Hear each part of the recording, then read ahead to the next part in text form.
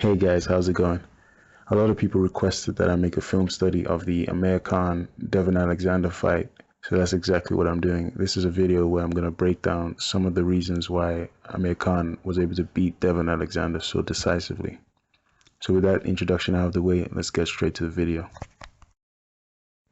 Okay, so the first thing I'm going to be talking about is the fact that Amir Khan was circling to his left. Now, Devon Alexander, of course, being a southpaw, it makes sense to circle to your left because that circles away from the straight left hand of the southpaw. So once again, you usually want to circle to the jab hand of a southpaw. That is not always the case, but I'm saying usually you want to circle to the jab hand of a southpaw and take him clockwise. Raymond's got a chance here. You know, in that nice left hand, he's got to cut the ring off. And here we see Amir Khan circles to his left to create greater distance between himself and the straight left hand of Devon Alexander. Now at the same time, by moving Devon Alexander clockwise like this, he is moving Devon Alexander towards his own right hand. So this is one of the benefits. But see, the thing is, Devon Alexander's best punch is not his straight left hand. His power punch is actually his right hook. So Amir Khan is effectively circling towards Devon Alexander's most dangerous weapon. So I will now show you in this video how Amir Khan is able to neutralize Devon's right hook with a combination of speed, timing, and distance control. But before we get into that bit of the video, I just want to say that Devon Alexander did an absolutely terrible job of cutting off the ring. And I think this was because he was uncomfortable with being the aggressor and was actively looking to counter from the outside, which I think is a strategy that had no chance of success.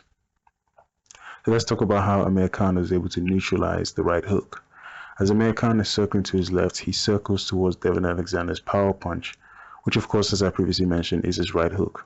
So Khan was able to neutralize this right hook with his own left hook. Khan's left hook virtually won him the fight. Due to his superior hand speed, Khan was able to keep Alexander's right hook basically at bay. Definitely in the favor of Amir Khan. That's the halfway point of... Of course, we know Khan is very quick. Now, speed can have a paralyzing effect on most fighters. Khan has by far the superior hand speed, and by leading with his left hooks in this way, he effectively keeps the right hook of Devon Alexander out of the fight. Amir Khan would usually follow this up with a straight right hand down the middle as he continues to circle left and therefore establish lead foot dominance on the southpaw. Brilliant boxing from Amir Khan. And there we see the straight right hand. Definitely in the favor of Amir Khan. And that's the halfway point of sensation with Alexander. Sensation with Alexander. Okay, so now we're going to take a look at how Amir Khan was able to capitalize on behavioral habits of Devon Alexander using his speed and timing. So here we see Devon Alexander show his lead hand. He's measuring his distance with the jab. And now we see that Devon Alexander tends to drop his jab very low momentarily after he uses it. Now I need to point out there's nothing wrong with doing this. But the problem is when you're up against Amir Khan and his incredible hand speed, and you can see he's circling to the left and leading with left hooks, dropping your right hand down is not a very good idea because Khan is going to be able to counter with the left hook. And here we see Khan catches Devon Alexander with a left hook over his lead hand. Khan was consistently catching Devon with his left hook over Devon Alexander's right hand, which he would normally drop low after he used it, especially off the jab, and Khan was catching him with left hooks. And Devon Alexander said they would put smart pressure on There's Khan. the speed. Right, Cunningham and Devon Alexander said they would put smart pressure on. Alright, so let's take a look at this feint. And let's look closer again. You see Khan feints to the body. Alright, so we're going to piece the whole thing together there. We see Khan is about to use the feint. Khan feints a jab down to the body and Devon Alexander drops his right hand momentarily. Notice that Khan sells the feint not only with his actions but also with his eyes. As you can see, he's looking down at Devon Alexander's body as he does the feint, which further sells the feint. Now, due to the feint by Amir Khan earlier, Devon Alexander is expecting something down to the body, and so he reaches to block or parry a jab to the body, and Khan is able to surprise Devon with a left hook to the head over his right hand, which has just been dropped low. Like I said previously, Most of Amir Khan's offense came off the lead left hook. He won this fight basically using that left hook.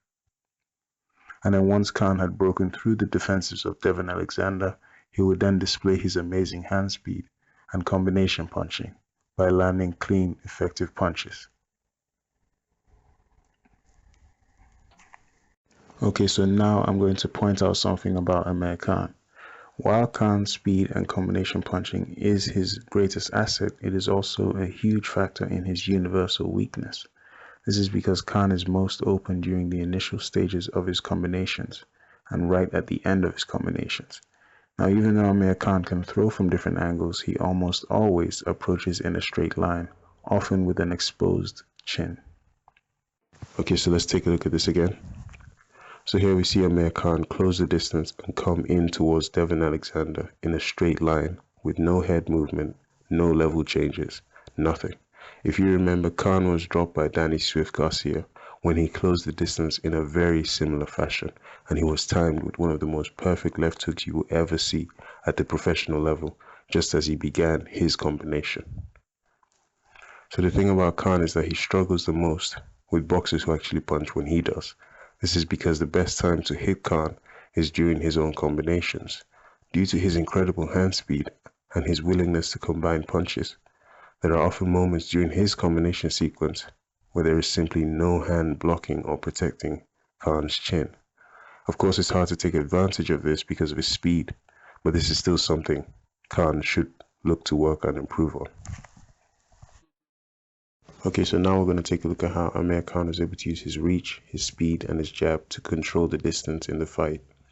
Khan doesn't just possess the superior hand speed, he also has a 2-inch reach advantage on Devon Alexander, and when you combine a good jab with a 2-inch reach advantage, and then you add the speed advantage as well, Khan was always going to win the jabbing contest and thereby control the center of the ring with distance. So we're going to take a look at a few examples of Khan controlling distance with the jab and winning the jabbing exchange in the center of the ring. Double jab from Khan. Teaching Khan not to do. Yeah, he Assumed he would try and land the right, and he has been saying to Alexander, got to use the jab and double it. Look. So like I said previously, Khan has the speed and the reach advantage, so he was always going to control the fight with his jab and maintain his distance with the jab. The thing about boxing is, the guy who wins the jabbing contest often forces the other guy to lead more and initiate more offense. This is done to try to close the range and nullify the jab. However, it also opens you up to being countered even more by skilled technical boxers like Amir Khan.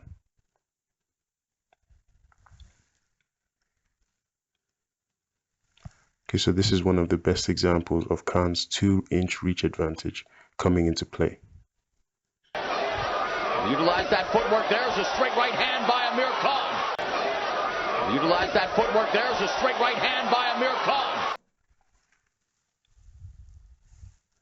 So here we see Khan pull his head away from Devon's jab. Now it's very crucial to realize that if you can't land the jab, you basically can't land with anything else. Khan is able to control the distance and keep Devon Alexander out of punching range. And here you see him just pull from Devon's jab.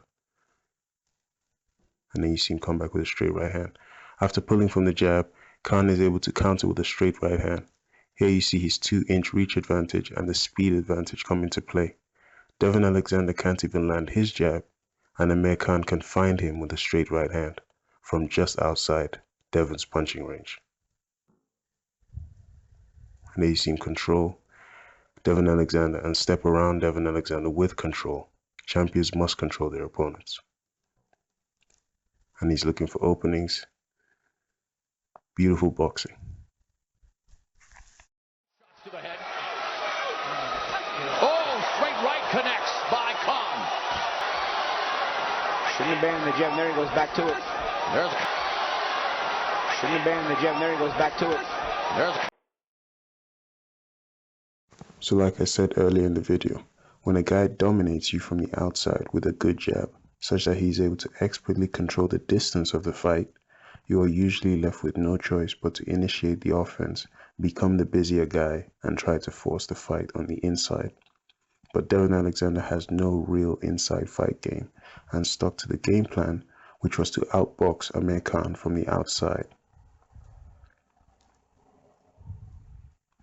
What usually ends up happening is the guy who is being outboxed on the outside, in this case Devon Alexander, who either doesn't have the ability to take the fight to the inside or doesn't want to take the fight to the inside, ends up reaching to close the distance and land punches. The technical boxer knows this and understands that by doing so, you actually open yourself up to being countered even more. And so Khan is going to be able to counter Devon Alexander's straight left hand. And there you see the counter. Once again, Devon is forced to reach. Khan is able to slip to the outside and counter. Beautiful boxing from Amir Khan. One of the jab through the tight guard of Alexander. There's a nice left hook. Okay, so I'm going to conclude the video by talking about the boxers that actually give Amir Khan the most trouble are the ones who do the following. They are the ones who punch with Amir Khan. They catch him as he catches them. You have to punch with Khan because Khan is most vulnerable when he actually begins his punch combinations. He often leaves himself wide open. Number two, you have to not mind making it into a close, rough fight. Khan isn't as comfortable in a brawl type fight with a Marcus Maidana as he is with a boxing match with a guy like Devon Alexander. Number three, you have to make Khan uncomfortable. Once again, this touches on point number two. You need to make use of roughhouse tactics, just like Amir Khan sometimes uses on his opponents. And finally, you need to possess one-punch knockout power, the likes of your Danny Garcias, who are able to catch Khan with one punch and knock him out. These are the guys who often give Khan the most trouble. But at the end of this, I just want to say, good win for Amir Khan. Beautiful boxing on display. I knew he was going to beat Devon Alexander because he just had every advantage. He's the better boxer. He has the range, he has the reach, he has the speed. Beautiful win for Amir Khan. All three in favor of the winner, Amir Khan.